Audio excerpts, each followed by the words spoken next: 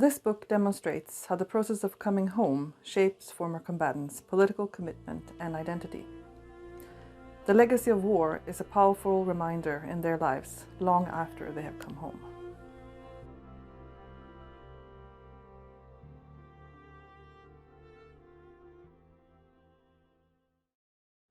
Hi, my name is Johanna Söderström and I'm a senior lecturer here at the Department of Government at Uppsala University.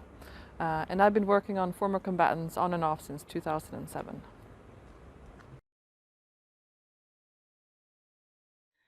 Welcome to this conversation about Johanna Söderström's new book, Living Politics After War. My name is Li Bennich-Björkman. I'm a professor in political science here at Uppsala University. Johanna, you have been interested and fascinated in ex-combatants, veterans for a long time. And please tell me a little about that fascination. What is it that interests you so much? Why is it important? And how? I think there's a number of different things that have gone into my thinking here. First of all, it's a centuries-old question. We've been thinking about how to deal with former combatants for a long, long time, all over the world, really. We spend a lot of money on reintegrating them and dealing with them when they come back, and we're still doing that today. At the same time, there's different perspectives in the literature. There's the global North perspective and the global South perspective. And they're not really talking with each other, which I find really frustrating. So that's also been one of the sort of motivations that we need to see this as a global phenomenon, really. Another thing that's been important for me, I think, is the fact that meaning shifts over the years in a life. So trying to understand how that dynamic changes over the course of a life is also important. In part because we know it changes the outcome of other things, such as trauma or how people relate to politics, etc. So understanding meaning in a deeper sense and across a life is important as well. Johanna, you mentioned the global South and the global North. And in your book, you bring together interviews or your materials from various places in the world. So these ex-combatants, they come from Namibia in Africa, they come from Colombia in Latin America, and they come from the United States, the Vietnam veterans. I was wondering here, in your book, what conclusions do you draw when it comes to the fact that are these human experiences more universal? Are they very dependent on context or both? What do you say? I think overall, the interesting part of the book is the fact that these experiences resonate so much across these very different cases. Mm-hmm. They do share a whole lot, actually, and a surprising amount. Mm-hmm. And so there is something universal and actually comparative here that I think we need to pick up on more in the literature. At the same time, of course, there are large differences, and so there are contextual issues that matter. But then the interesting thing is you see similar reactions to these contextual variations. So while the reintegration programs and the way that the war was handled, etc., was very different in these cases, the kind of response you get from the former combatants is quite similar. So they would be dissatisfied, they would want more programs, a different attitude, and they mobilize politically around these programs. Mm-hmm. And so the response is similar, even though the details of these programs are very dissimilar. Mm-hmm. Can I ask you one more thing about that? Because I was wondering, does it matter if it's a civil war or a war that you combat, what do you say, you fight against an external enemy? I think the experience of war, even within the same kind of war, is so dissimilar across individuals. Mm-hmm. So there's in some way more variation across individuals within the same type of war in a way than you might expect across different types of wars. But of course, the way that the war is interpreted and what kind of role is assigned to these individuals is something that these former combatants struggle with, want to reformulate throughout their lives, Yeah. and reframe as they move forward. So if it's seen as a bad war, a good war, that kind of The cause. the cause itself The does cause. matter, and something that they carry with them, and then struggle against, or as I said, reformulate if they can. That's really interesting. Yeah.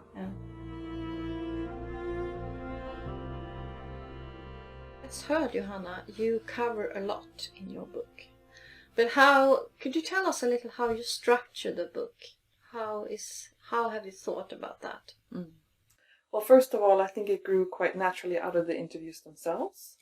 But largely you could say that there are three main components. So it's about their networks, their identity as a veteran, and also political mobilization, how they, the kind of political activity that they engage in. And then these three components kind of resonate with the experience of the war and the experience of coming home. And this happens throughout their lives, and is kind of recollected and resummoned across their entire lives.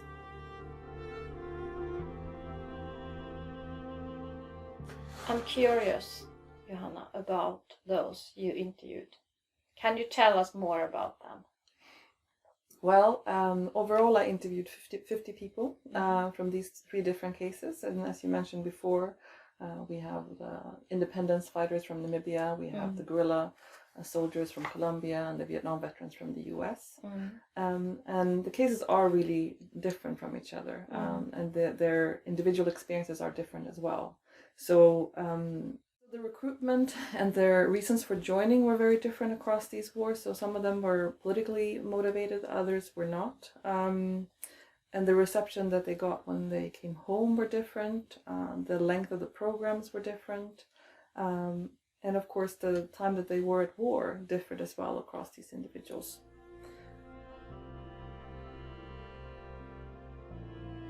You have chosen, Johanna, a very unusual, or rather unusual at least, form of life diagrams that are pictured in your book.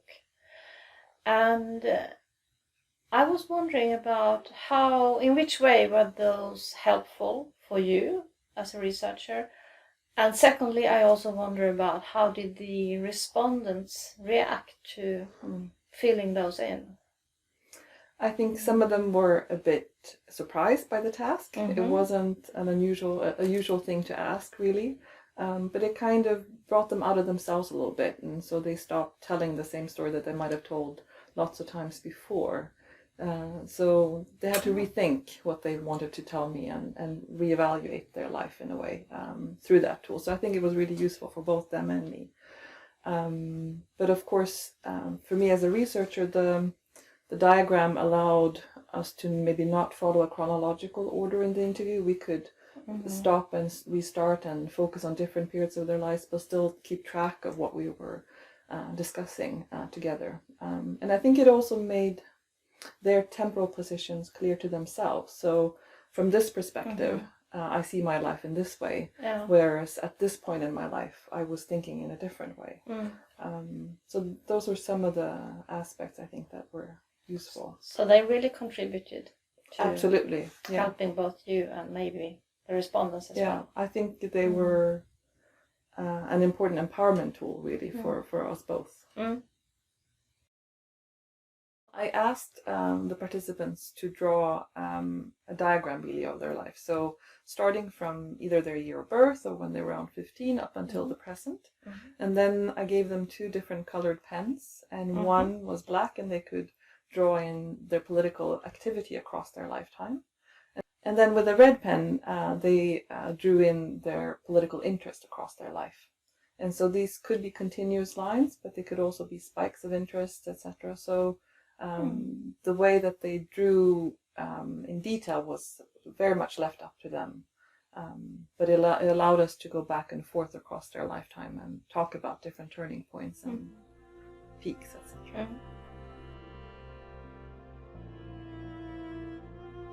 There are many interesting findings in your book, and one of them which I found most intriguing is the role that the veteran networks play. Could you tell me a little more about that? I mean, why do you think it's so important for those ex-combatants or veterans? I think there are lots of different reasons for that. In part, it's because they have so many varied functions for them as individuals. It's not just that they are a source of friendship and support, in this kind of informal aspect of these networks, but they also have more formalized functions that relate to both political mobilization, veteran rights, etc., but even political party activism, but also even financial support, finding a job. And so these multi-layered aspects of these networks, I think that brings them into their lives in various different ways throughout their lives. And so it's kind of hard to escape them in a way. But they also move in and out of these networks, and there are opportunities for mobilization and also for mobilizing for each other. So the network becomes a source of support and affection, really. Right. A sort of home, maybe. Absolutely a home. Absolutely. Talking about coming home, yes, which is in your book title as well. No, and this feeling of ease that I think comes with these networks is something that they want to protect and uphold, and which really does motivate them to mobilize in support of other veterans in the same network. But of course, these networks are not conflict-free. There are varied degrees of belonging and people who feel left out, and so there's room for conflict within them as well. But overall, this multi-layered and multifunctional aspect of these networks is really important. What do you see as the policy implications, Johanna? Well, over time, we've tried to dismantle former networks of former combatants, and I think we might need to rethink that, because I think what my book shows is that these networks continue, and they're difficult to dismantle, even if you try. And there are good and bad things with these networks. They do provide important support as well. They're not just tools for mobilization into problematic or violence. So, Johanna, what is the next step, research-wise, for the field and for you? I think in terms of the field as a whole, I do think we need more comparative work across the Global South and Global North. And these literatures, they need to read each other more. They need to talk more with each other, because they haven't really been doing that enough, I think. So encouraging people to take on comparisons across taken for granted boundaries, I think, is a really important step here. Be curious and be brave in that sense. I think that would make a difference, really. But then I also think that we need to look into other voices around peace and the journey after war, because of course this book has a one-sided perspective, and there are lots of other voices around the experience of war and peace as a society moves through those phases. Do you have any example? Of course, refugee populations, the internally displaced, various survivors of the war, but even people who were born just at the end of the war, growing up in the shadow of the war. How do they take on the question of peace in their lives? What silences are there about the war, about the peace, etc.? I think investigating that from lots of different perspectives and voices, I think, is really important. But I guess having a long-term perspective on it, because it's not a short process. So it's an entire research program. Absolutely. I can be busy for lots of years, I think.